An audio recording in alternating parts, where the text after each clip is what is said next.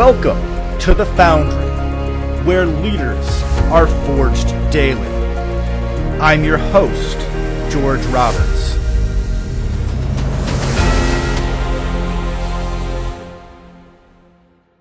Welcome back, entrepreneurs. Today, we will welcome Raju Datla, founder of Nikshi, an essential services business providing internet cable, utility security, and even concierge services to landlords. He is a tech leader and also operates a short-term rental business as well. Welcome, Raju. Thank you, George. Thanks for having me. I appreciate you, getting me on your podcast. It's great to have you on the show. So, Raju, tell us. So, before you went into your most recent entrepreneurial enterprises, what was the most memorable job that you worked? This might not be, I know this might make somebody cringe maybe, but I was a bartender, shift manager at a strip club when I was doing my master's. So that was the most interesting, most headache-prone job I ever had because I was even offered partnership, but I'm like, no, I'm not doing that. No, that's what I love about these interviews. You always learn something that you didn't know before. So then, at some point you got interested in real estate and you're doing multiple different businesses. So what sort of gave you that start in real estate? So going back to a little bit of my background, obviously my IT. So I was always into doing some kind of startup. And that's what I was looking at about 4 years ago with a best friend of mine who actually lives in Michigan, Detroit, Livonia, actually. So we were talking, but he got to some, illnesses. So we didn't get off the ground. And then the essential services business came along. That basically was my introduction to essential real estate investing. I knew real estate, but, I knew buying house and selling a house. That's about it. But I met a lot of real estate investor, realtors, everybody, syndicators, whatever, you name it. And that's what pretty much led me into real estate investing. Interesting. And so I see that you've gone quite far in the corporate world. You're a tech leader, for example. And, what sort of, at what point did you decide you maybe wanted to take a different approach to life and try entrepreneurship? Well, yeah, the basic 4 years ago, my divorce led to me to think about options. Like, hey, I need to think about my financial future. I don't want to be working IT job. I'm passionate about IT, but not about corporate culture or corporate environment, period. So that's what pretty much decided, like, no, I got to be financially free. I'm not going to be IT job, maybe if it's a startup involved or something, maybe I will be. But at this point, right at this moment, I don't think I'll go full-time IT once I am ready to be financially free and all these gigs are paying me enough to quit my IT gig, which pays really well. So that's right. Golden handcuffs, I see.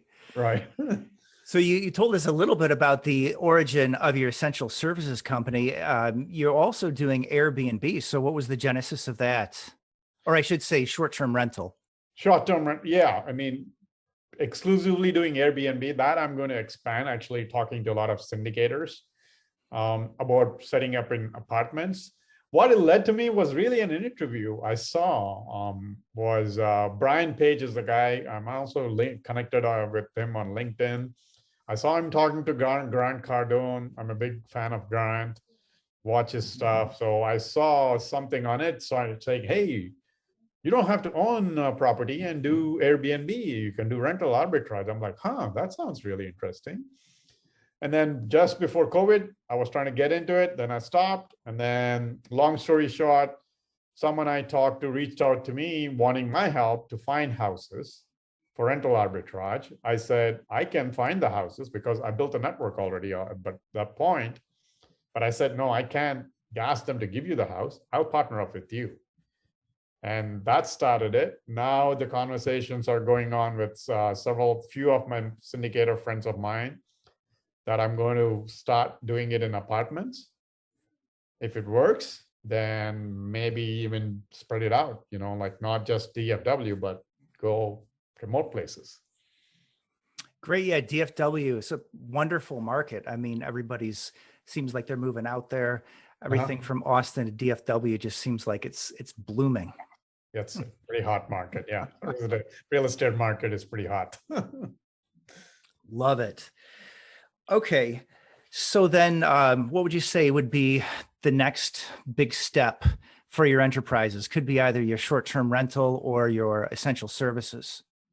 Yeah, essential services is my long term. One of my passions is with that services business changed my life completely. So I got into personal development, everything through that business because people I mentors in that business mentored me about it. And my goal is to give the same gift to others.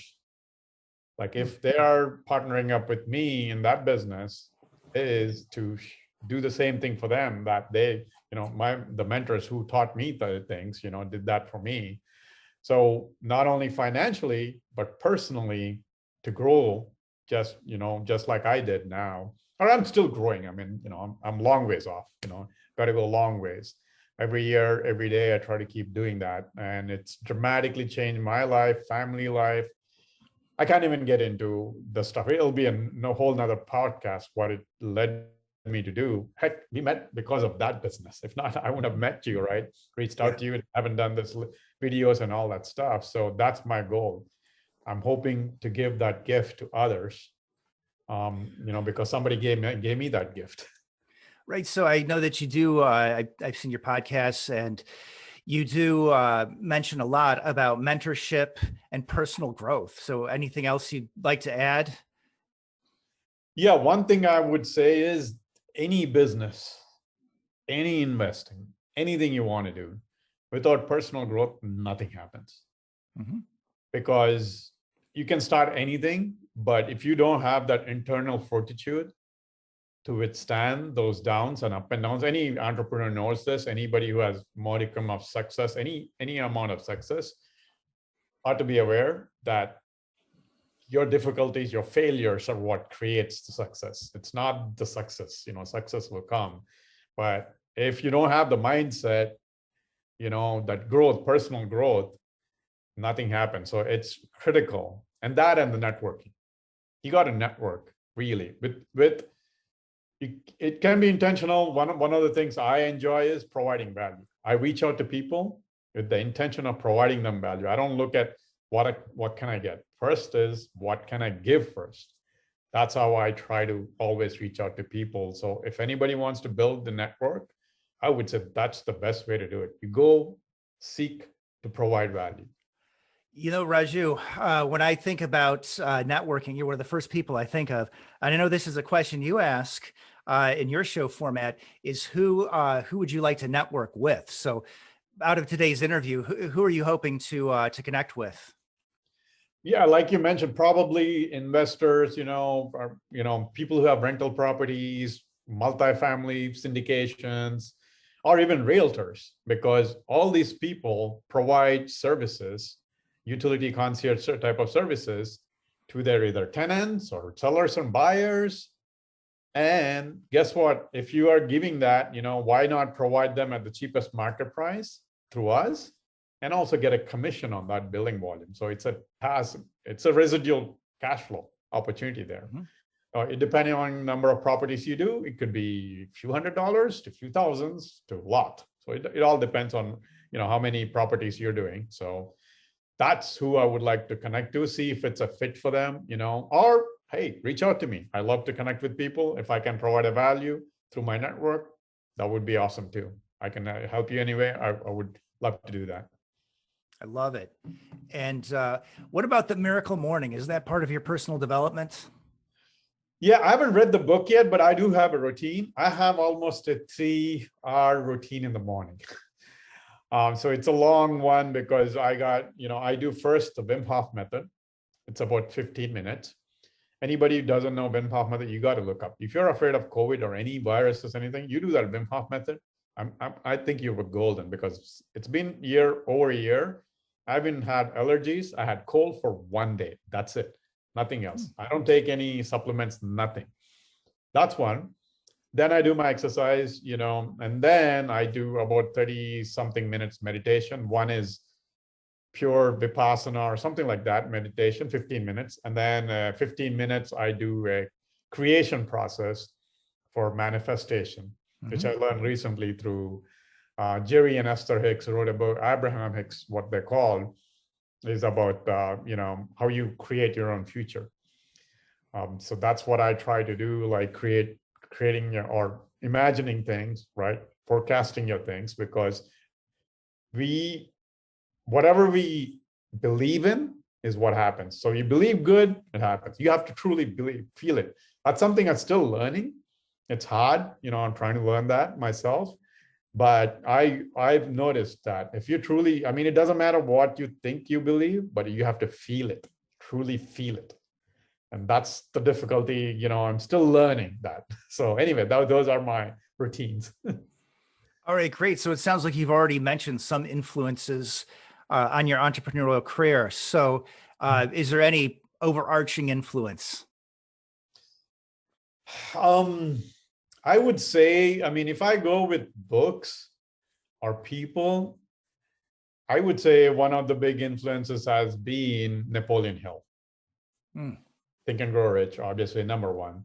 And then, Maxwell Malt with, psycho-cybernetics is another one.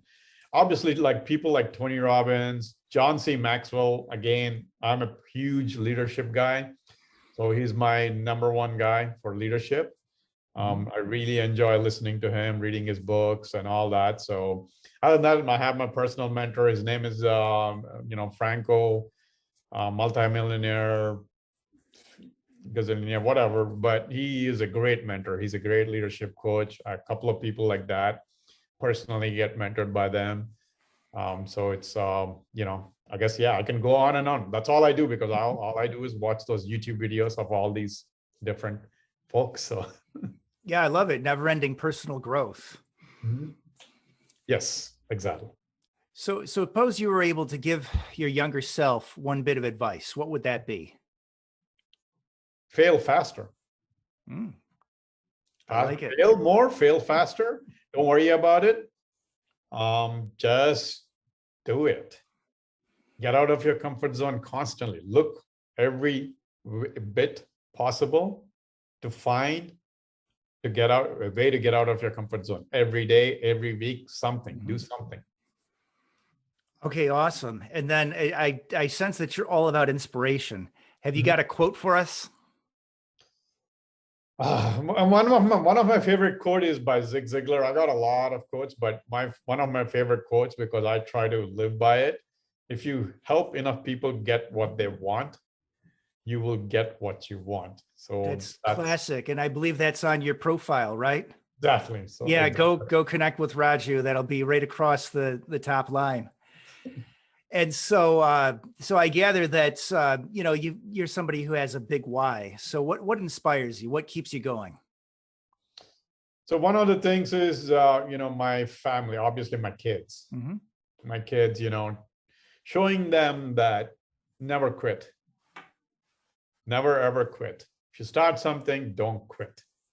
Quit it at the top if you want. But that's something I've learned is people quit too easy. And, Ed Myler said this, everybody has a, cost. They have a cost that they give up. So what cost are, what is your, point of breaking? As long as you can go beyond that, then you will succeed, because as Napoleon Hill even states, like, there's no losing. You just give up. There's nothing. That's right. Yeah. So winners never quit and quitters never win. Yep, exactly. All right. How about this? Can you send us out with a memorable story from your entrepreneurial journey? Memorable story. I don't know if there's a memorable story, but I would say that last year after COVID, I decided I'll go start doing, somehow I had to network. And I decided, like, one was sharing my, personal development journey. And then I figured out how to provide value when I was connecting to people, is doing LinkedIn videos. That's led me to a lot of memorable people reaching out to me, like people asking me to do their videos. I'm like, really? Mine is not that big, you know? And it's a little bit show, you know, that's it. You know, I don't know if I can help you, but hey, but if you think I can help. But that's been really memorable. Like I've met so many people, learned so many things, and all the education I've gotten is awesome. So I would say that's been the most memorable. I know it's not a short answer, but that's been the memorable thing for me past year, is connecting to so many people, learn so many different things, like even learning, like when I talk to you, learn something, right? That's been memorable for me. All right. Well, thank you, Raju, for a very fascinating and free-ranging interview. If you haven't done so already, make sure that you check out Raju's show. So connect with him, find his show somehow, but definitely. And how can they find that show, by the way? I believe you also have a YouTube channel where they Yeah, can I watch have that. called Growth Mindset. I don't publish that, but we are soon coming out with a podcast called Vibe, Mind Body Entrepreneurship. It's all about mindset, health, entrepreneurship. It's not going to be just real estate centric. We will be having amazing guests. We're probably a week or so away from starting the shows. We already got several shows recorded, so we're ready to release. That would be a great one if you can listen to. If not, LinkedIn, my videos. That's what I enjoy doing most. You know, sharing people like your story and all. I love sharing connecting with people and sharing their story. So LinkedIn would be the best way to connect with me and see my videos or connect with me, and obviously let's network. See how I can provide value there. Outstanding. So give me the links for those shows. We'll put them in the show notes. And yet again, thank you for joining us today, Raju. Fascinating and free-ranging interview. Thank you. Thank you so much again, Joe. Thanks for, I appreciate you inviting me for the show.